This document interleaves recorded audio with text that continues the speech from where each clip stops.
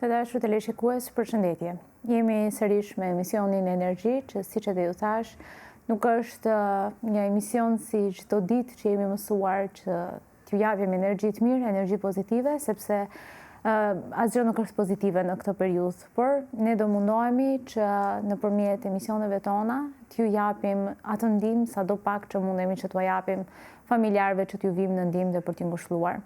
Pikërisht edhe tema të cilën ne do e bisedojmë sot lidhet me këtë, lidhet me mbështetjen psiqike që mundit t'ju japim ne familjarëve të viktimave dhe të mbijetuarve dhe vetë të mbijetuarve dhe mënyrën se si duhet ne të reagojmë në këto situata. Jemi vetëm 3 ditë nga ngjarja e kopshme 16 marsit dhe psikologjia jonë kuptohet se është ashtu siç mund të jetë në raste të tilla. Për të folur për këtë temë, ne do të lidhemi në një lidhje virtuale së bashku me psikologen klinike Anti Gjoka dhe po ashtu, përgjatë emisionit tonë, do të ndjekim dhe një bisedë të cilën e ka realizuar kolegja jonë Era Gjakova, së bashku me Kadri Kadria, i cili është mjek i specialist i mjekësisë së punës, për të treguar se çfarë pasoja është do të lërë kjo tragjedi, edhe në një aspekt tjetër, sa i përket aspektit të toksinave të cilat janë liruar nga materialet e djegura, siç janë azbesti, arseniku dhe mazuti. Gjithsesi, ato do ndjekim pak më vonë, nëse mundet ju lutem Energjiat më mundsoj lidhjen për të folur, siç edhe ju thash, për atë aspektin psikologjik, se si duhet ne të reagojmë në raste të tilla dhe si mund t'ju vijmë në ndihmë familjarëve. Nëse mundet ju lutem Energjia. Përshëndetje psikologe Anti dhe ju falenderojmë që jeni pjesë e emisionit tonë, sidomos për të folur për këtë temë kaq delikate dhe në këtë ditë kaq delikate që po kaloni gjithë vendi jonë dhe jo vetëm. Përshëndetje, faleminderit për ftesën. Në radh parë ngushëllime të gjithë familjarëve të viktimave dhe veçanërisht ngushëllime dhe familjarëve të shoferit të ambulancës. Na ka ardhur vërtet keq pasi ndoshta është dhe si një pasojë e ngarkesës emocionale që ai ka përjetuar këto ditët gjatë tragjedisë që ka ndodhur. Atëherë, si psikologe e rëndësishme është të flas për pjesën e punimit emocioneve që tani është shumë e nevojshme qoftë tek individët që kanë shpëtuar nga pjesa e tragjedisë, qoftë edhe për familjarët që kanë kaluar një humbje të personave tyre të dashur. Ndikimi në shëndetin mendor është sigurisht i pranishëm në këto momente kur ndodh sigurisht stresi traumatik, më pas depresioni, gjendja ankthit dhe një tjetër ndikim negativ është edhe ndjenjat e fajt që këto individ i shoqërojnë gjatë gjithë kësaj periudhe. Ndjenjat e fajt lidhen me pjesën që ato kanë pasur personat e tyre të zemrës, motrat, vëllezër që mund të kenë qenë në ato momente dhe ndoshta ato nuk i kanë mbijetuar tragjedisë që ka ndodhur. Është më se vërtet, më thoni pak, cili është roli i psikologut në ngjarje të tilla, sepse duket sikur janë tragjedi që na prekin të gjithë dhe të gjithë kemi një rol moral ndoshta për t'i ndihmuar sadopak këto persona. Çfarë duhet bëjmë psikologët në këto raste? Sepse duhet theksuar dhe një gjë, më lejoni ju lutem, që në të gjithë vendin, të gjithë psikologët, qoftë nga klinika apo dhe psikolog privat, janë ofruar që dhe kanë hapur po ashtu dhe linja ku personat të cilët e ndjejnë të nevojshme të bisedojnë me një psikolog mund që ta bëjnë këtë në çdo orë të ditës dhe për këtë ju jemi gjithmonë falënderues. Ne sigurisht fillim punojmë me punimin e emocioneve, siç të thash, ato përjetojnë emocione negative, për momentin janë në një çështje traumatike ku janë në momente makthi, nga ajo që kanë përjetuar edhe frika që kanë përjetuar në ato momente të vështira, është shumë e vështirë që ta përballojnë vetëm dhe me traumën momentale, vetëm me këtë mund të punojmë. Pastaj kemi metodat tona që janë terapia e fokusimit në trauma, terapia njohëse që i njohim individët me traumë, terapia në grup që i ndihmon që individët të ndajnë eksperjenca të ngjashme me njëri tjetrin, për të ndjerë ndjenja të barabarta dhe mos të ndjenë më keq. Si duhet të reagojmë ne rrethi ndaj familjarëve të viktimave? Do doja që ta filloja nga këtu. Sigurisht që dhe mbështetje psikologjike, e rëndësishme është në ku simptomat që mund të kenë familjarët ose individët, simptomat janë shumë të rëndësishme. Mund të kenë simptomat si pagjumësia, kujtimet e këqija, emocionet negative, simptomat kognitive, ku ne do të merremi specifikisht me sjelljet për t'i ndihmuar sadopak. Po me ato të cilët i kanë të dashurit e tyre ende në kujdesin e mjekëve dhe që kuptohet që ne lutemi për ta gjatë gjithë kohës që të shpëtojnë dhe të jenë mirë dhe të rikthehen jetës së tyre normale. Si duhet të reagojmë me familjarët e këtyre viktimave? E këtyre, më falni, të shtruarve në spital. Parandalimi për të ardhmen këtu me një rol kryesor ku mund të marrin mjekët, psikologët dhe psikiatrit që janë tani më roli kryesor për të ndihmuar familjarët dhe për t'i dhënë shpresë dhe për të dhënë kontributin e tyre në maksimum. Po në momentin kur kuptohet se edhe personat të cilët kanë qenë aty qoftë të lënduar, pra me plak të rënda, ka me djegje të mëdha, ka me lëndime të tjera nga stapendo, ka po ashtu edhe nga ata të cilët fatmirësisht nuk kanë lëndime fizike, por ama kuptohet, siç e thamë që në fillim, psiqika e tyre, vetëm ata e dinë se çfarë kanë parë dhe çfarë kanë përjetuar në ato momente. Çfarë do të bëjnë dhe si duhet t'i këshillojnë psikologët këta persona dhe cili është roli i rrethit të tyre për t'i ndihmuar këto persona që ta t'i kalojnë këtë periudhë kaq të vështirë. Flasim për persona të cilët, pra rrethi e ka këtë detyrën që t'ju vinë në ndihmë edhe në këtë aspektin psikologjik, pavarësisht se edhe rrethi ka nevojë për ndihmë psikologjike, por ama duhet që ta përmbaj veten për hir të situatës dhe që ata duhet të jenë në vend të parë, kuptohet, ata të cilët e kanë përjetuar këtë tragjedi në radhë të parë.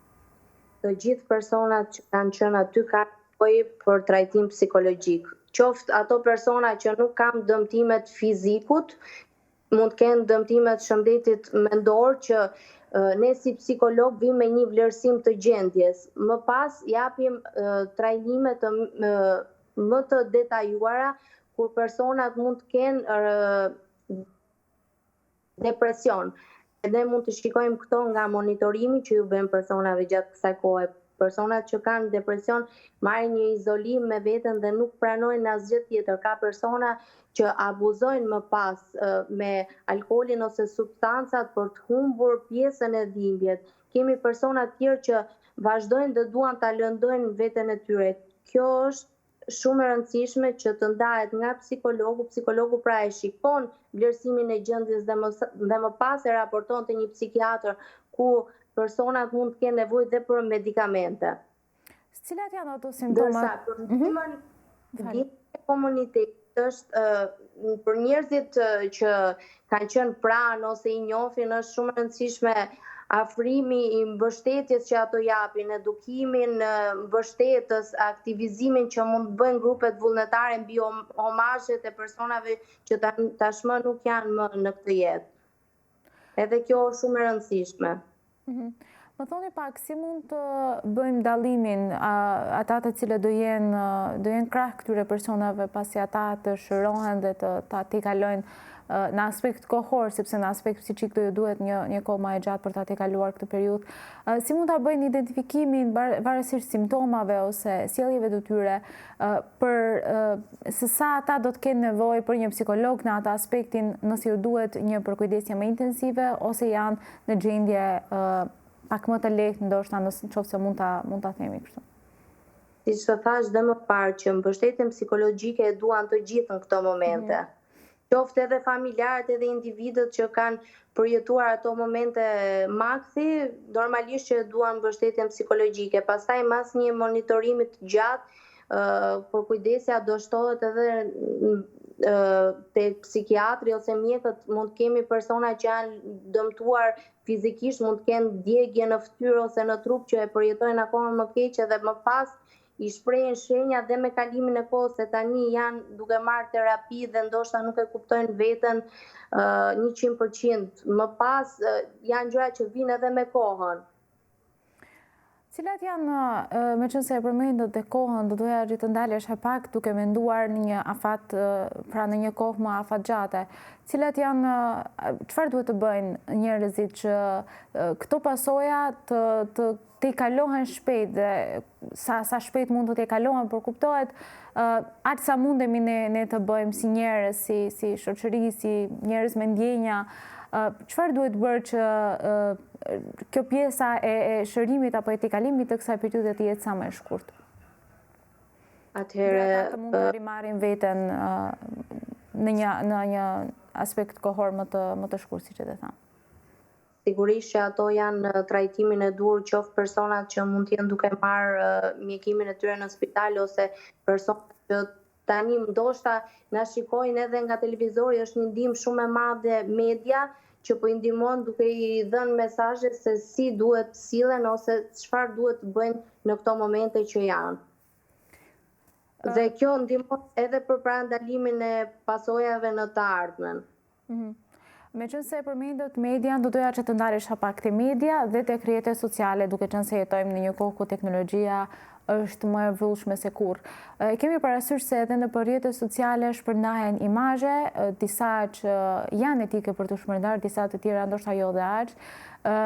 Shpërndajnë këngët e grupit të cilët kanë qenë performues në atë natë dhe janë mesazhe ngushëllimi, janë mesazhe për të gjithë njerëzve që ofrojnë ndihmë në çfarëdo lloj mënyre. Si ndikojnë këto në persona të cilët janë të prekur drejt për drejt nga kjo tragjedi?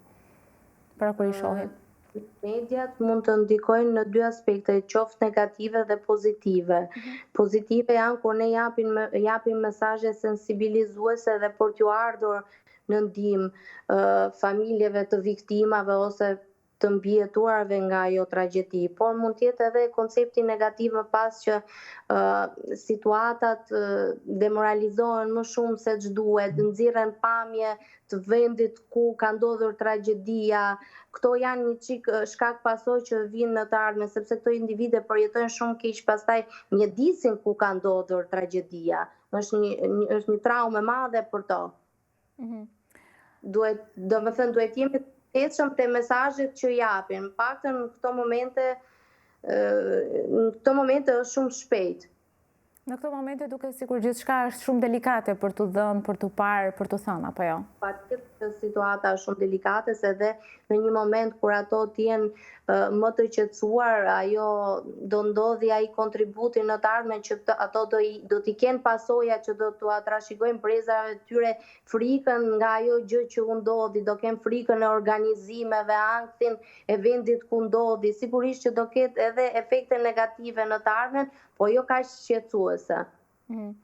Kjo është një tragjedi që përveç se ka prekur ata të cilët siç e thanë kanë qenë të pranishëm në këtë tragjedi dhe të afërmit e tyre, ka prekur të gjithë vendin dhe më gjerë, siç e thamë që në fillim, dhe na ka prekur të gjithëve si shoqëri. Cila është këshilla juaj edhe për këtë grup, pra edhe për ne si shoqëri dhe si mendoni se do mund të rimëkëmbet sërish e gjithë shoqëria dhe këto mendime që siç edhe ju i përmendët, pra që të mos shkojnë më në organizime të tilla, të mos shkojnë më në atë vend, të mos shkojnë në vende të ngjashme si ai vend, të mos i kemi, sepse janë që të ndoshta për të rimarrë veten më lehtë ose nuk e di, cila do ishte këshilla juaj? Unë mendoj që pas një tragjedi ose një gjë të keqe është gjithmonë një mesazh pozitiv nga mbrapa ku njerëzit duhet të jenë më të informuar për vendet ku shkojnë. Dhe me sa pam në media, nuk e di sa e vërtet është, klabi ku ishin të rinj nuk ishte as licencën që i duhet, do me thënë duhet jenë më të kujdesshëm dhe të marrin më shumë informacione për vendin ku ato ndajnë kohën me miqtë e tyre për të parandaluar rreziqet që ndoshta mund dalohen nga ne vetë. Edhe me sa pash që po ndiqja pak edhe vendi ku ishte klabi nuk ishte fiksi ato klabet që të ketë një tavan të lartë ose që në pamje ishte një gjë shqetësuese. Të rinj duhet marrin më shumë informacion rreth mjedisit ku shkojnë, me shoqërinë ku rrinë. Domethënë këto janë gjërat bazë kryesore që të rinj duhet të dinë tani. Absolutisht jam dakord me ju.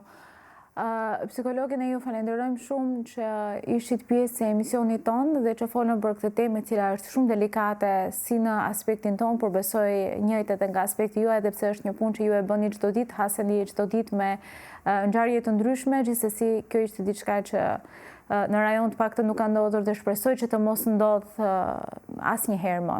Dhe prandaj ju falenderojmë shumë që ishit pranë qytetarëve tanë dhe për të dhënë dhe këto këshilla të cilat sapo biseduam. Faleminderit dhe një gjithë familjarëve të